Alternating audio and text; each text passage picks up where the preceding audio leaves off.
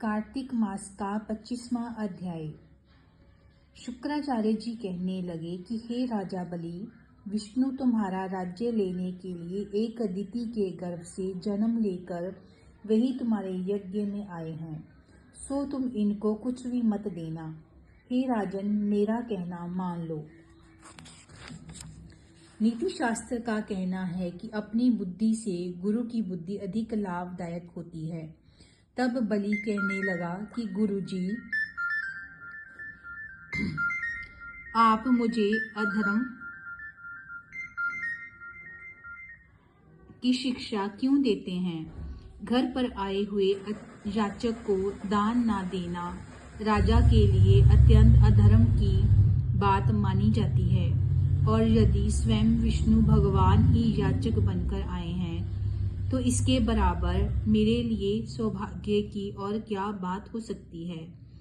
मैं जितने भी यज्ञ करता हूँ केवल विष्णु की प्रसन्नता के लिए ही करता हूँ। अंतिम व बटुक जो भी मुझसे मांगेगा मैं अवश्य इसको दान दूंगा। इतने में ही वामन भगवान राजा बलि के यज्ञ मंडप में आ गए। तब बलि ने अर्घादि देकर उनका यथोचित आदर सत्कार किया, फिर हाथ जोड़कर खड़ा हो गया और कहने लगा कि हे नाथ, मैं कृतार्थ हो गया जो आज आपने यहाँ आकर दर्शन दिए। अब आज्ञा दीजिए, मैं और आपकी क्या सेवा करूं? मैं तो आपका सेवक हूँ। भगवान कहने लगे कि हे राजन, हमको तप करने के लिए 3 पग भूमि चाहिए। राजा बलि हंसकर कहने लगे कि हे वटुक, तुमने ये क्या मांग लिया? कुछ धन, ग्राम या कोई शहर मांगा होता। वामन जी कहने लगे कि हे दैत्यराज, मुझको किसी प्रकार का लोभ नहीं है। मुझे तो इतनी भूमि चाहिए जिससे मेरा कार्य हो जाए। हे राजन, पृथ्वी का दान करना राजा का परम धर्म है। भूमि दान करने वाला जन्म मृत्यु से मुक्त होकर विष्णु के परम पद को प्राप्त हो जाता है।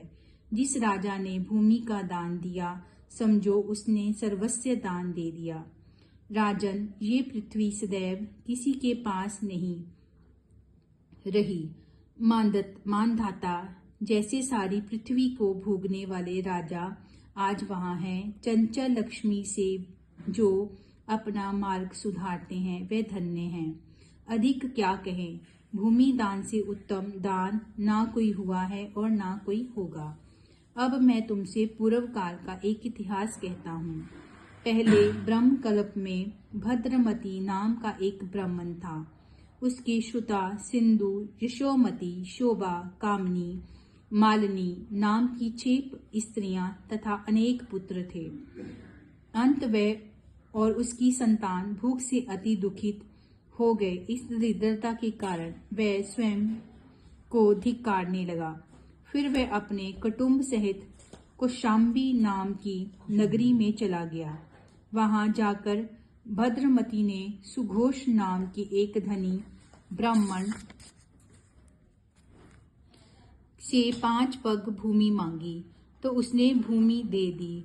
इसी भूमि दान के कारण उस सुघोष नामक ब्राह्मण को विष्णु का परम पद प्राप्त हुआ।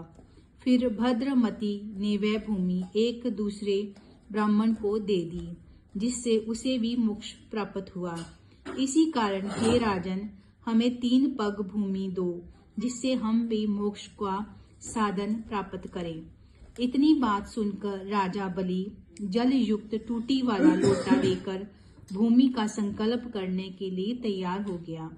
तब शुक्राचार्य तपोबल से अपना सूक्ष्म रूप बनाकर राजा बलि को संकल्प करने से रोकने के लिए लोटे की टूटी में जल रोककर बैठ गए। वामन भगवान शुक्राचार्य के मन की बात जान गए। अंतिम उन्होंने एक तेज अग्रभाग वाला कुशा लेकर उस लोटे की टूटी के छिद्र में डाल दिया, जिससे शुक्राचार्य की एक आंख फूट गई। इसके पश्चात राजा बलि ने 3 पग भूमि का संकल्प दे दिया। उसी समय भगवान विराट रूप होकर ब्रह्म लोक तक बढ़ गए। विराट रूप भगवान ने 2 पगों में सारा ब्रह्मांड नाप लिया।